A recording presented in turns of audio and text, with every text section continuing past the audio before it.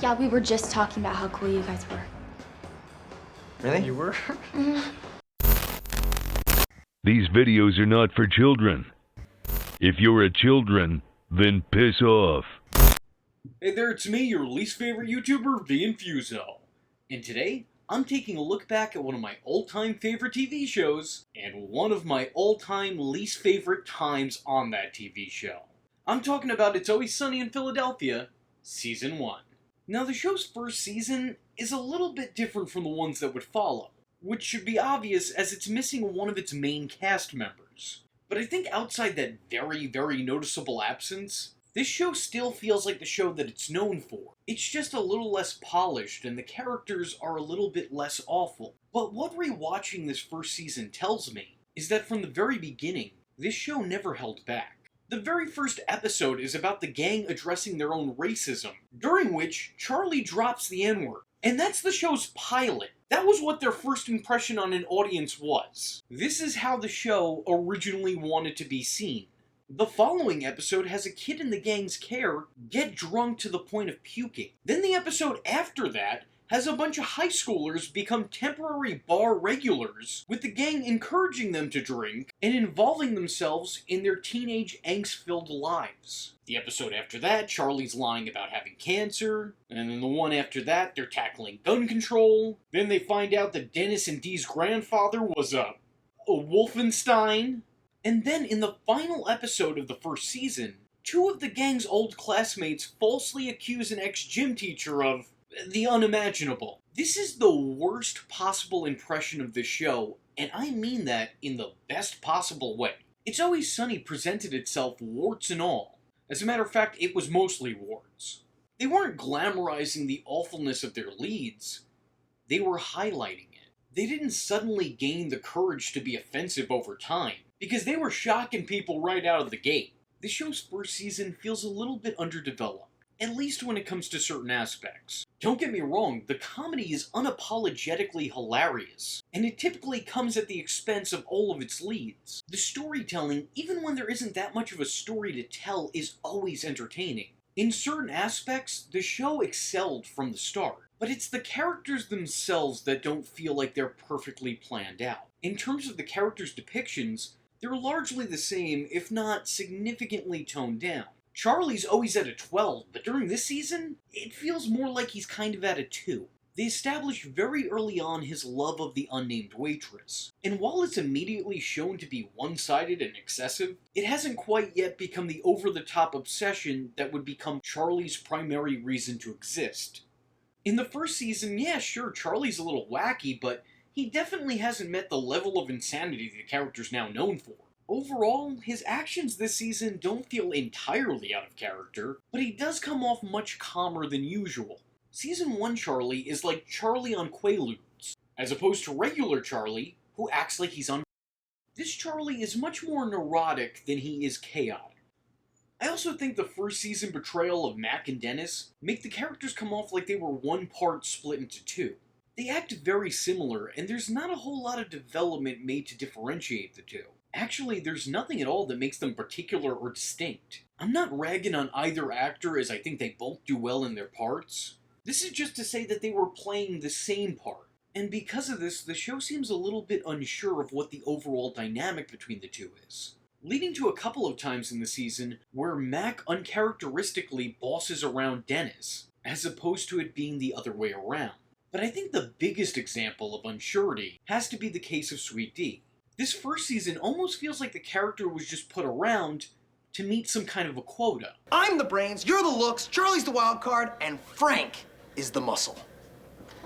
Well, what's D? She's the useless chick. Oh! Yeah! She doesn't get a whole lot to do, and she's the one character in a sitcom that's not really allowed to be funny. Her sole purpose on the show initially was to oppose fun. It's weird now seeing Dee being the often overlooked and underheard voice of reason, knowing that she'd later go on to become the shouting voice, lacking all reason. It's kind of funny in hindsight knowing that the show was setting Dee up to be the most sensible of the bunch, when now she's arguably the worst one out of all of them. Regardless, Caitlin Olsen turns in a good performance here. She does good with what she was given, but she wasn't given all that much. And it's not until the final 2 episodes of the first season that it starts to feel like Dee is broken through the mold of being the useless chick. On one hand, the fact that we see a much better Dee at the start of the series does kind of play well into the overall degeneracy of the gang. If you wanted to, you could see this as the gang's negative influence on those they come in contact with. They essentially corrupted Dee and brought her down to their level. Though on the other hand, it would have been nice if this was, or at least was treated as if it was a planned plot. I would have appreciated the show actually emphasizing Dee meeting her breaking point, before inevitably conforming to the gang's narcissistic delusions. Nonetheless, I think it's a really interesting theory and does at least make some semblance of sense when taking into account how drastically this character would change from Season 1 going into Season 2. What I've always loved about It's Always Sunny is its world building. It's the perfect amount of rewarding fan service to binge watchers, while not being too over the top to alienate a first-time viewer. You never know what character's gonna come back into the fold or when or how. Case in point, you have people like Michael Rosenbaum who show up this season, and it's a one-off appearance. He's never heard from again. But then you have characters like Carmen, Mac's transgender would-be girlfriend, who shows up here, and then shows back up during Season 3, and then again in Season 6. Charlie's creepy Uncle Jack would show up in the first season, and then not show back up again until Season 4, at which point he becomes a reoccurring role. The character of Artemis shows up in the first season as well, and she shows up in many episodes after. But then you have characters like Wang, Charlie's landlord, who would make his first appearance this season, and then not show back up for another 8 seasons after this. So like I said, you really never know what to expect with this show. This character could very well be a one-off, and in most shows they probably would be, but here their services could be utilized somewhere in the next 2 decades from now. And if you didn't see the episode that introduced them, the show tailors itself in such a way that it doesn't matter. It's not going to impair your understanding of the plot, and you're not going to be confused as to what's going on. But if you did watch it, and you did know the character, then you're pleasantly surprised, and maybe that much more invested in what's currently going on. The same goes for references made on the show. In the first season, a guy the gang used to go to school with, named Tim Murphy, is mentioned in passing. 7 seasons later, that character would make his first and only appearance on the show. Tim Murphy slept with your prom date. Tim Murphy slept with your prom date. Ronald McDonald slept with your prom date. Did he tell you that I slept with her? I never would have slept with that chick. She was gross. She was gross. It's Always Sunny always pays attention to itself. They follow the strange continuity that they set up to a T, even when there's nobody asking them to. Which is probably why the few times they step outside their own canon and make a timeline error, that much more jarring. We'll get to that episode eventually. I think what becomes clear when watching the first season of the show, as well as the next 2 seasons that would follow, is that a lot of this wasn't planned out. Because some of the gang's major personality traits are missing entirely during the first run. In Season 1, Dee isn't wild, Mac isn't gay, Charlie isn't a cartoon character, and Dennis's sociopathy hasn't ever come into play. So if those traits always have been a part of the character, then at this point in life, he was better at hiding it. But here's the thing. Because these details weren't set at the time, it makes their eventual inclusion feel much more like a natural development. It doesn't feel like these characters are changing over time, it just feels like we're getting to know them better through the passage of time. The more time that we, the audience, spend with these insane individuals, the more we come to realize that these are not the type of people we'd like to know outside a TV screen. When we're first introduced to the gang, we don't know them intimately. We're just getting acquainted with them. And sure, we could see a couple of cracks in the proverbial pavement, but they're easy to look by in passing. But now, we're 17 years into this relationship, and that metaphorical marble is just completely broken. I actually think that in this case, this is a negative that doubles as a positive.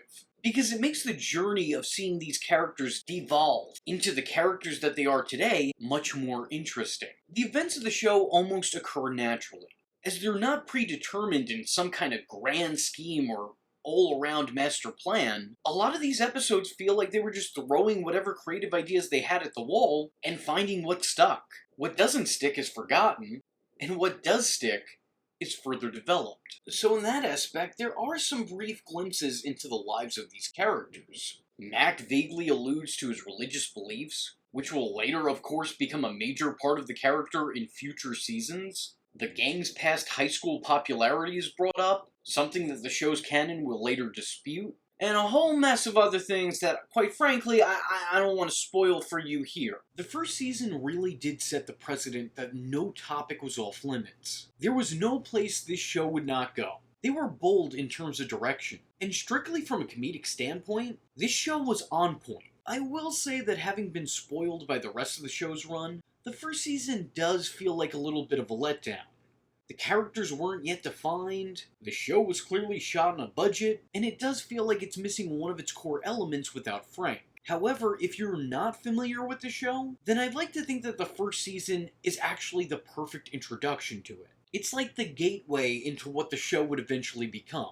I think the show's first season showed incredible potential, but in the grand scheme of the series' run, it's probably the worst. By no means is it bad, but in comparison to where the show raised the bar, it just doesn't measure up. Though I will say, as different as the season is, it does still feel worthwhile. This is the first step on the show's extended stairway to success, and it's all uphill from here in terms of quality. And I just want to reiterate, just because the first season of It's Always Sunny is the worst season of It's Always Sunny in Philly, doesn't mean that it's a bad season of It's Always Sunny in Philly. As a matter of fact, I think that had this show ended with these 7 episodes, they would still find a cult-like fan base. Season 1 of It's Always Sunny in Philadelphia isn't bad. It's just basic.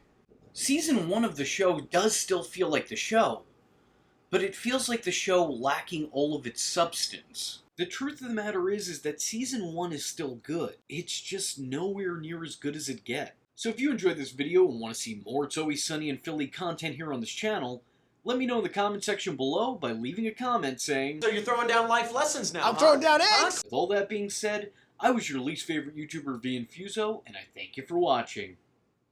Hope to see you in the next one. I am vengeance. I am the night, and that was Infuso. Just remember, if you're not tuning in, then you're missing out. So, if you like the words that came out of his mouth hole, and you too would like to become a V-generate, don't forget to like and subscribe. Thanks for watching, nerds! And if you're not joining the fun, you're in for one bad day. And you know what they say about having one bad day?